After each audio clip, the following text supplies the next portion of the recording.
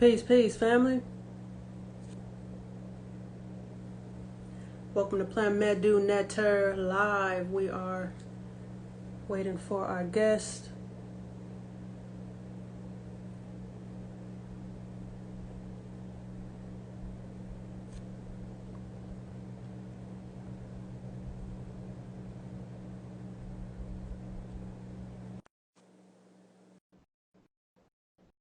Peace, peace. What's up, bro?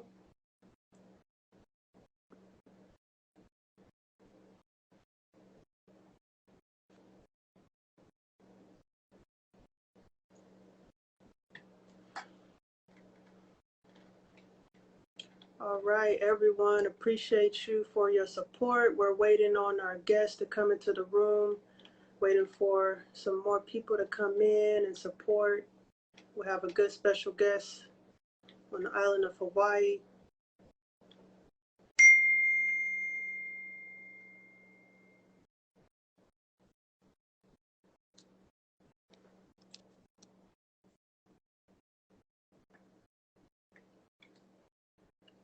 Hey, peace, everybody.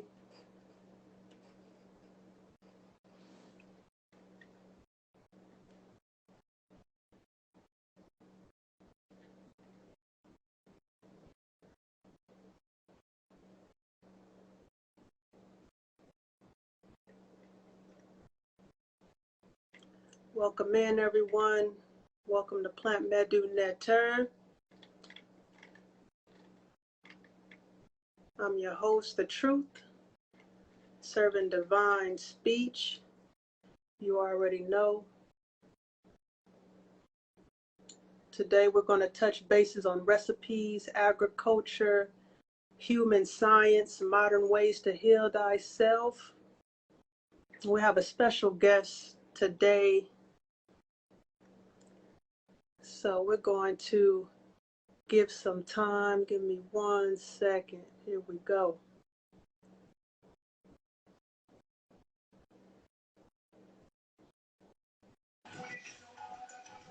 Hey, peace, peace. What's up, Akil? What's up? You know, in the groove, How about yourself? Good. Can you let me know if the music is too loud? Actually, I don't even hear any music. So if you want to turn it up just a bit, we can jam out. Oh, it's someone in the neighborhood. They're jamming right now. Wow. Okay, yeah, I hardly can't hear the music. Word. So I don't gotta plug in the headphones. Okay, cool. Yeah, you're good. So yeah, welcome in everybody. This is Plant Medu Netter. I'm your host. This is on agriculture. This is on human science. We're going to talk about recipes. We're going to talk about modern ways to heal yourself. So we have a special guest today, live on the island of Honolulu, Hawaii. We got Akil, an owner of an executive chef, actually, of Fresh Over Flesh.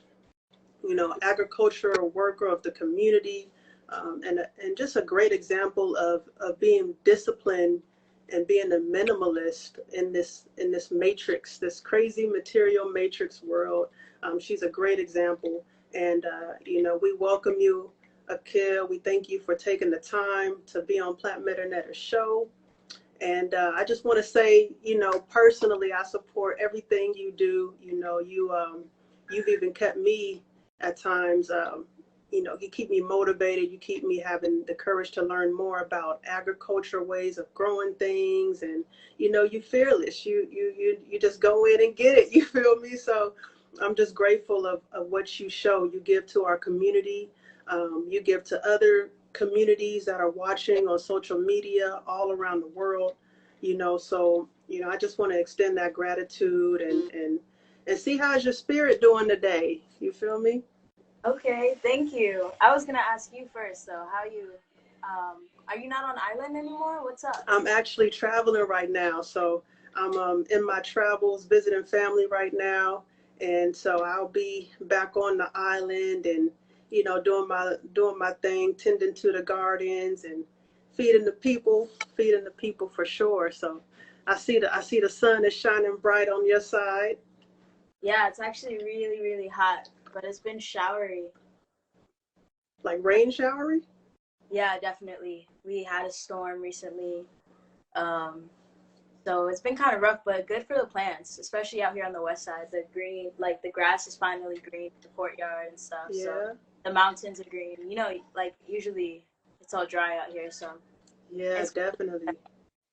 yeah. That's what's up. Winter is here. It's a good season for planting.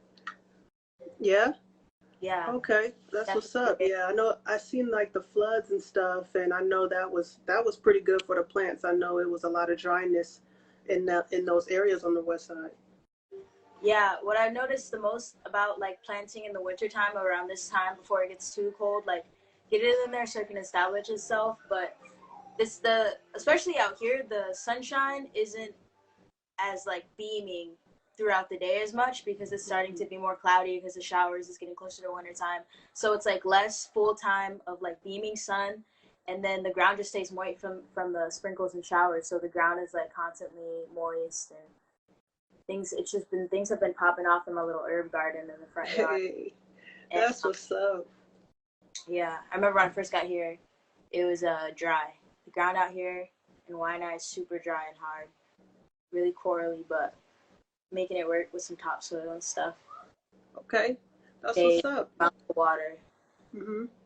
Yeah. Okay, okay, that's what's up.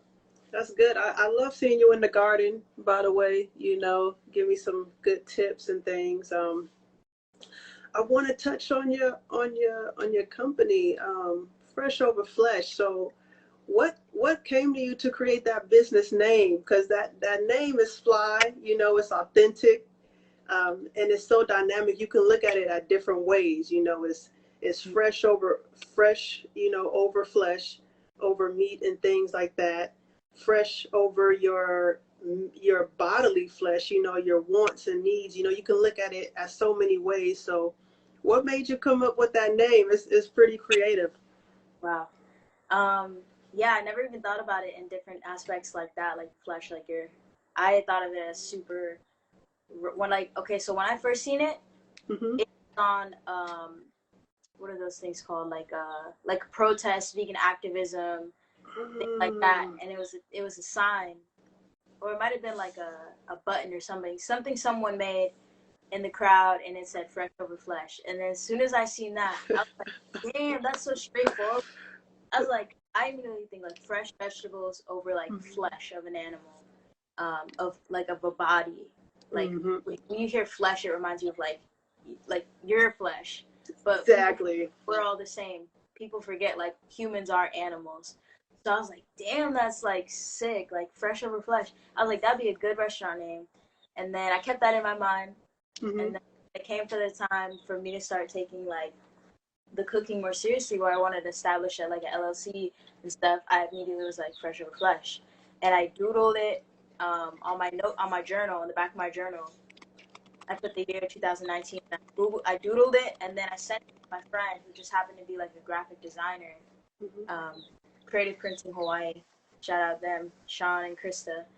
And Sure. they sent it right back to me, and it was exactly what I wrote in my doodle. So they just like digitalized my handwriting, and then like put it in a I don't even know. Yeah, put it in a circle, and then that's what my logo is. It's just my Oh exact snap! You got it on there.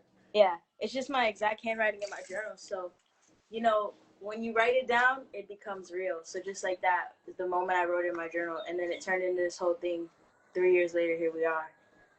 Wow, that's Yeah. amazing. For those of you who are, creative and one of your aspirations, your dreams, write it down, make it plain, and action it out. That was great inspiration, and I love that story. That's what's up. That's what's up because we can also see it in your lifestyle. You literally choose fresh over flesh, like all your stuff. I watch your stories and stuff like y'all, it's literally like fresh food from the gardens from somewhere on the island. So I really admire that. She's living out her business. She's living out the name, and it's the cream of the crop. So I know you know about a lot of vegetation. So what are your top three? I'm gonna only do three. The top three native foods in Hawaii that's your favorite? Top three favorite native Hawaiian foods.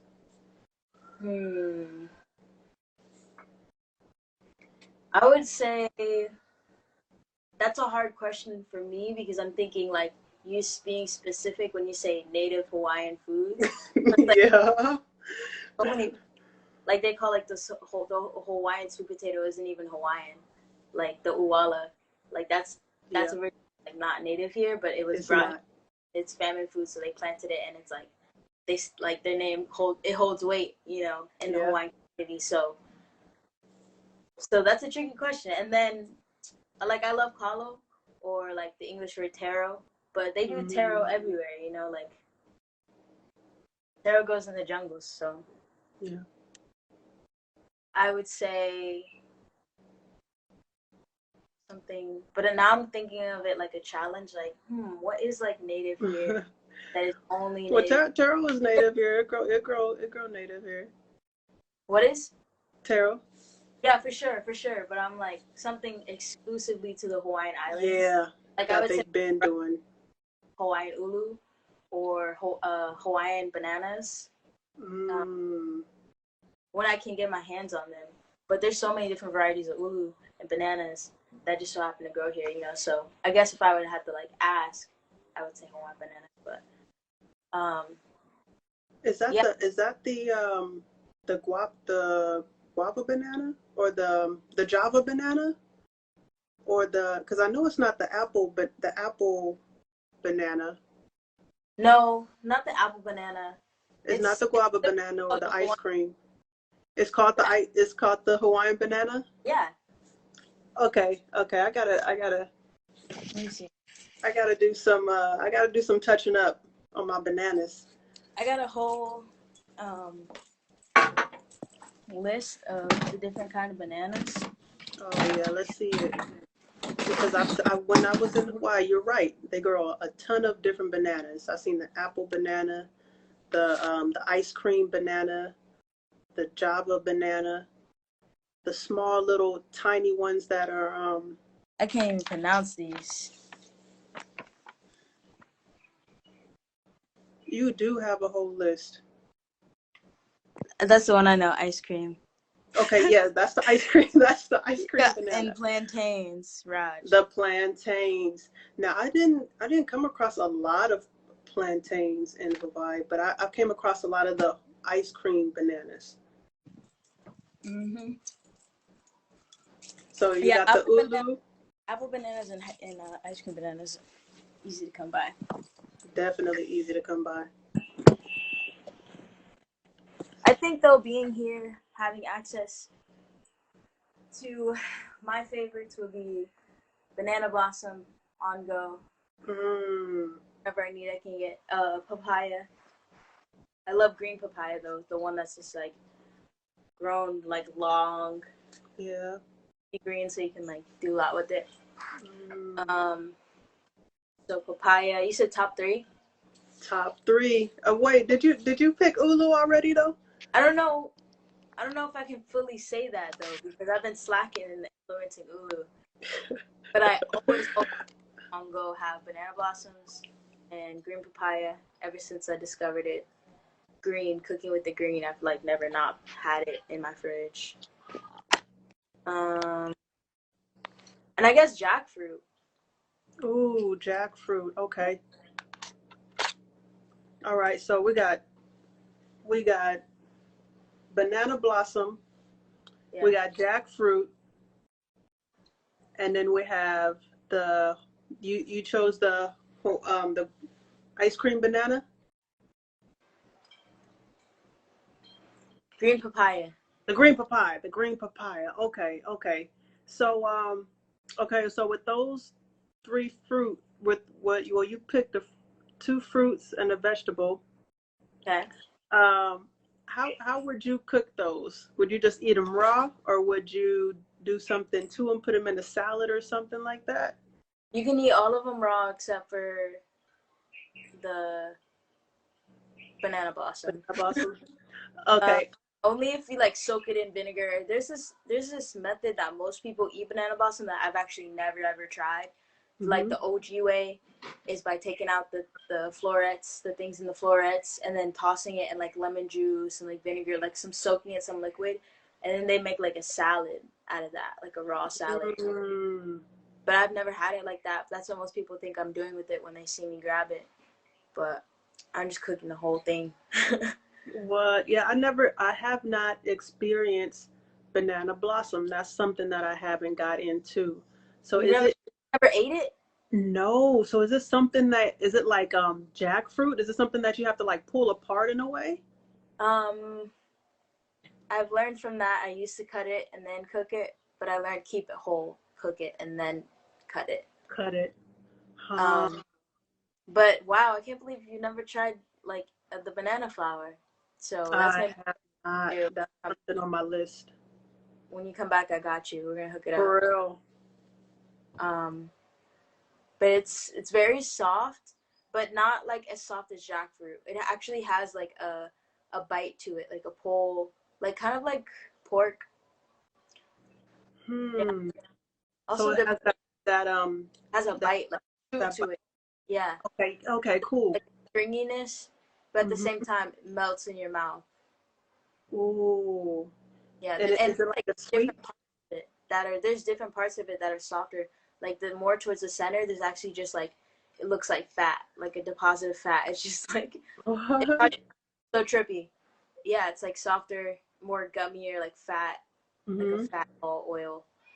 And yeah, it's trippy, man. I think it's the future, and I'm definitely gonna keep working to invest in that. It may not be what I thought in the beginning, like food truck wise, or just like pop up wise. But I think going more digital with everything I have to offer, as soon as I gain the knowledge, I will promise to share it and like keep that being the mission in my life. I think that'll make, if not a bigger impact than focusing on the food service industry part.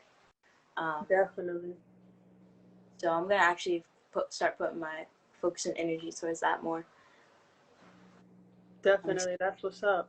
Yeah, I see you experience a lot with the banana blossom, and I'm like, oh snap, she's making like it's fried banana blossom, but it looks like fried chicken. Yeah. You know, like it looks very similar, and even like fried fish or somehow, and it appeases a lot of people. It makes people feel comfortable, you know, and Yeah. I like how creative you do that, you know. So the banana blossom, and then the what was it? You know The what I just out too? what's up? You can cook the banana stem. So the stem is edible as well. Yes. What would you do? Like bake it? I cook it the same way I do the blossom, which is pressure cook it in the Instapot. Or if you don't have that, Whoa! a really long time. You said put it where? If you don't have an Instapot to pressure Mm-hmm. cook it, then you can just boil it for a really long time. Okay, like a sweet potato or something like that. Yeah, but try to put a lid on and boil it for a long time, like 8 hours if you can't pressure cook it. 8 hours. So we making lao stew now. You know? Wow. It takes Okay. time. Okay, That's why you that's good to know. can just pressure cook it. I only do like 3 hours in the pressure cooker. Okay, you just set it for 3 hours and throw some water in there and call it a day. Yeah. Okay. All right. So that's the game on the banana blossom, y'all. Yeah. I Yeah, just gotta give get on. it. I gotta get on it. And then we have the what was it? The fruit that you said. What was your favorite fruit? Jackfruit. I think a The banana. jackfruit. I guess a banana blossom is a flower. Yeah, I will classify that as a flower, Yeah. just because of the name and the nature how it grows. Yeah. The jackfruit, you know, I know a lot of people experience the jackfruit, and it's you know, some of it is in stores already pulled, and they put already, you know, seasonings and stuff on there, um, you know, If so that's it's what you got, I would say if that's what you got, by all means, whatever you gotta do to make an alternative for you to try new foods and be vegan. But if you live in a place or you strive to be in constant access of the seeds that you plant or things that have already been here, go for it. It's so much more funner and authentic, and yeah, nothing's better than the real thing. So when I Definitely. when I tried the banana flower in a can, banana blossom, because I got the idea from like a Instagram or real thing, and they got it out the can and they made like fish fry, and I think they even got it like at Whole Foods now. It's banana blossom prepackaged banana blossom fish Whoa. is things. And I was like, oh shit, like make Whoa. nervous someone. And you work on, I need you dropping these copyright ebooks, like No, I I'm telling nervous. you. I'm But telling you. fucking, it's nothing like the real thing. Not at all. No one's gonna go through the amount of like effort it takes to process each banana flower. I think people should. I think it should be a thing. Like I talk to some people about, and we get like investors and get this factory because we can pump out a lot and be utilizing like something that typically just gets chopped and dropped for fertilizer, like in the fields. If we can use it, let's use it and eat it. Definitely. So the excess that you don't use, you can just put it in the, you can use it as fertilizer with your soil. Yeah, like most farmers, they just chop and drop Nice. That's because what's you up. gotta let the flower to let the bananas finish growing better. Hmm. Hmm. Okay. That's what's up. Yo, I'm definitely excited about this banana flower. That's banana blossom, you know. And I know a lot of people haven't heard of it and haven't used it. And even jackfruit, some of this fruit looks intimidating, like what is it, the Rubiton or something? The What is it? What? It's called a Rubiton? A rambutan?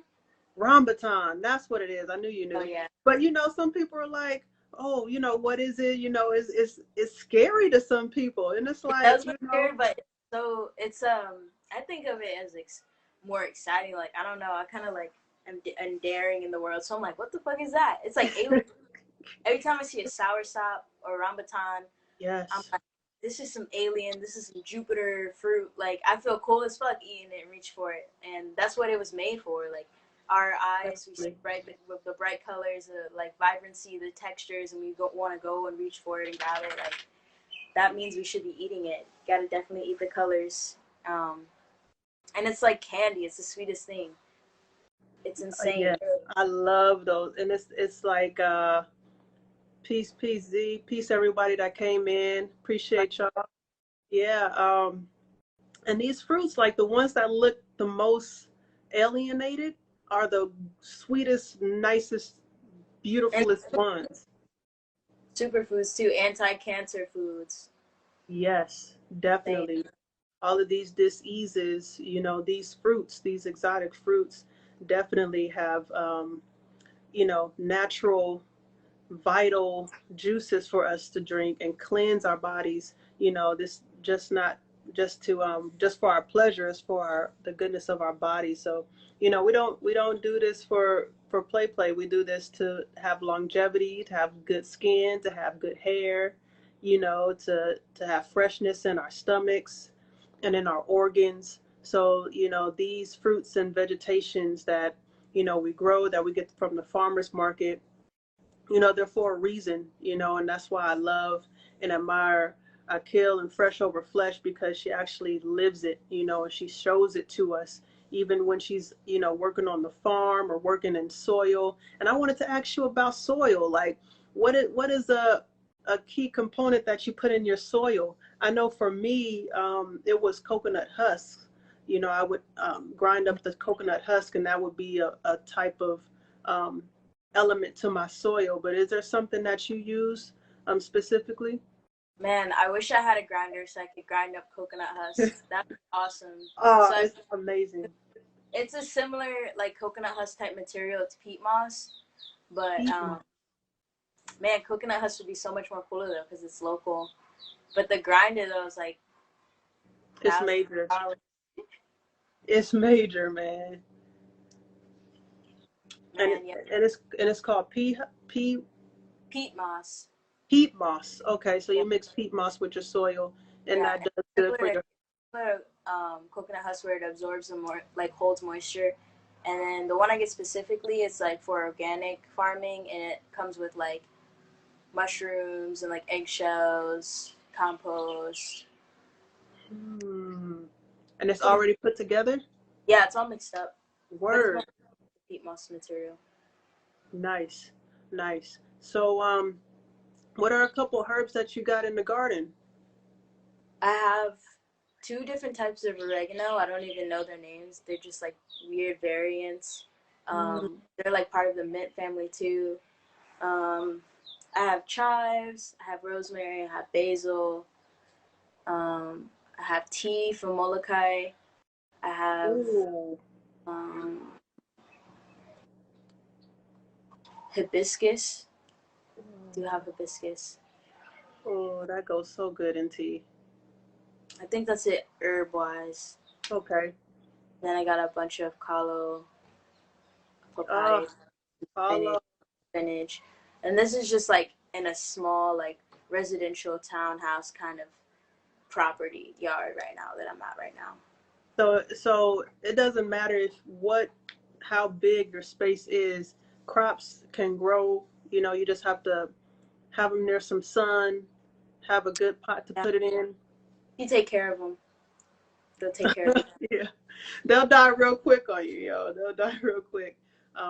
Especially when they feel that love, when they don't not getting no sun, no water.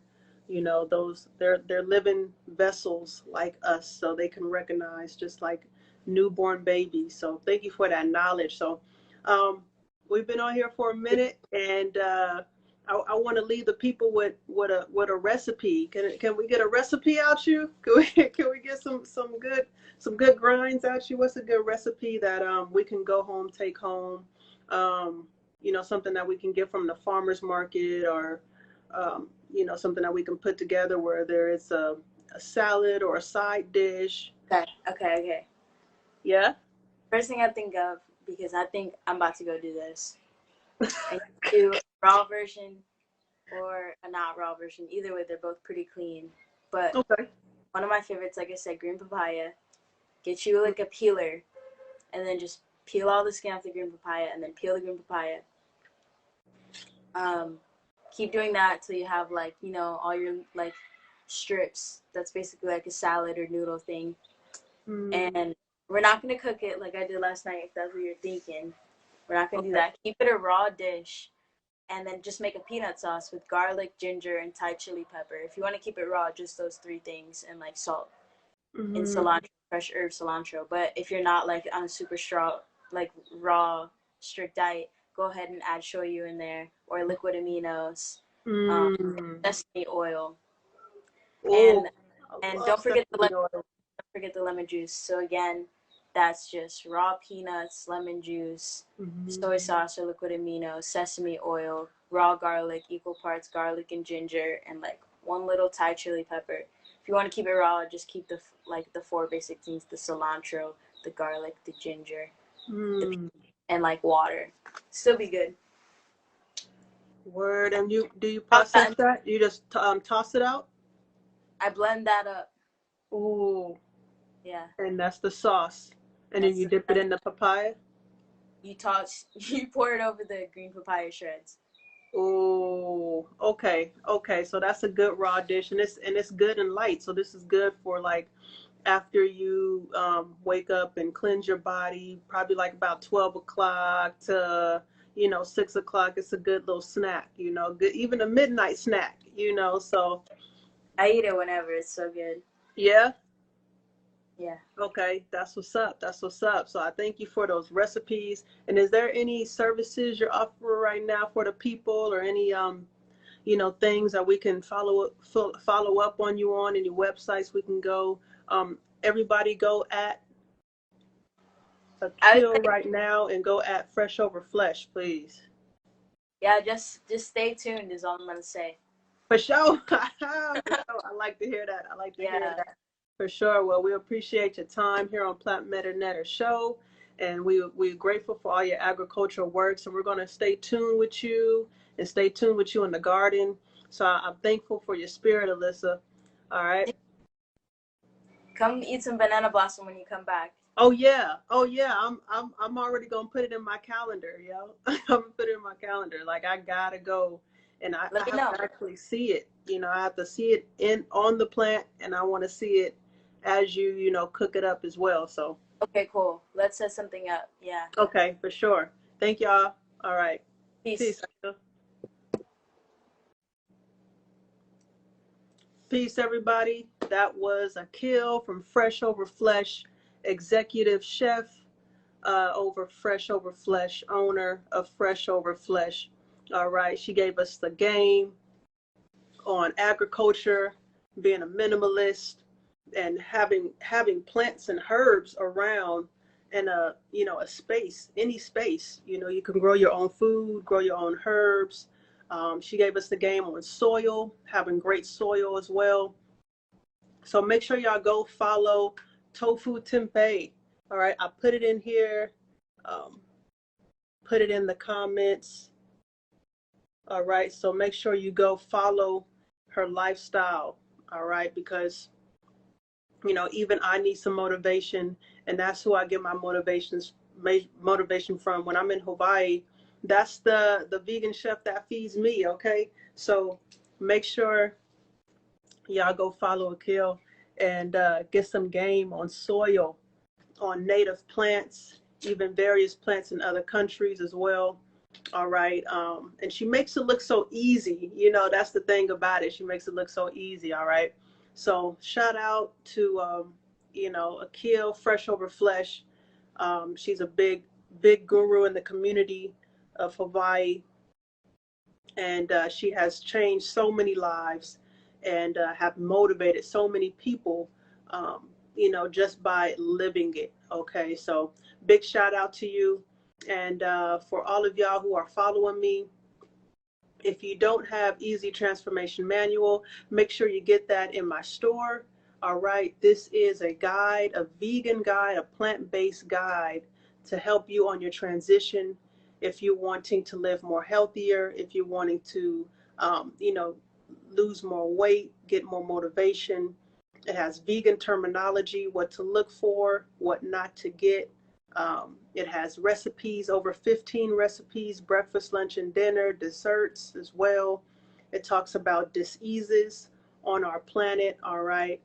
So grab this. It's about some percentages off. I have some herbs as well in my store. Shilajit, have some lion's mane powders as well. So make sure you guys stay tuned with us on Plant Medu Netter. We're on TikTok. We're on Facebook. We're on live on Instagram as well. All right, I'm your host, The Truth. Thank y'all for watching Plant Medu Netter. I'll make sure I save this video. We got some great knowledge from Akil, Fresh Over Flesh. All right, so y'all be well, eat well, think well, okay? Speak well. Peace.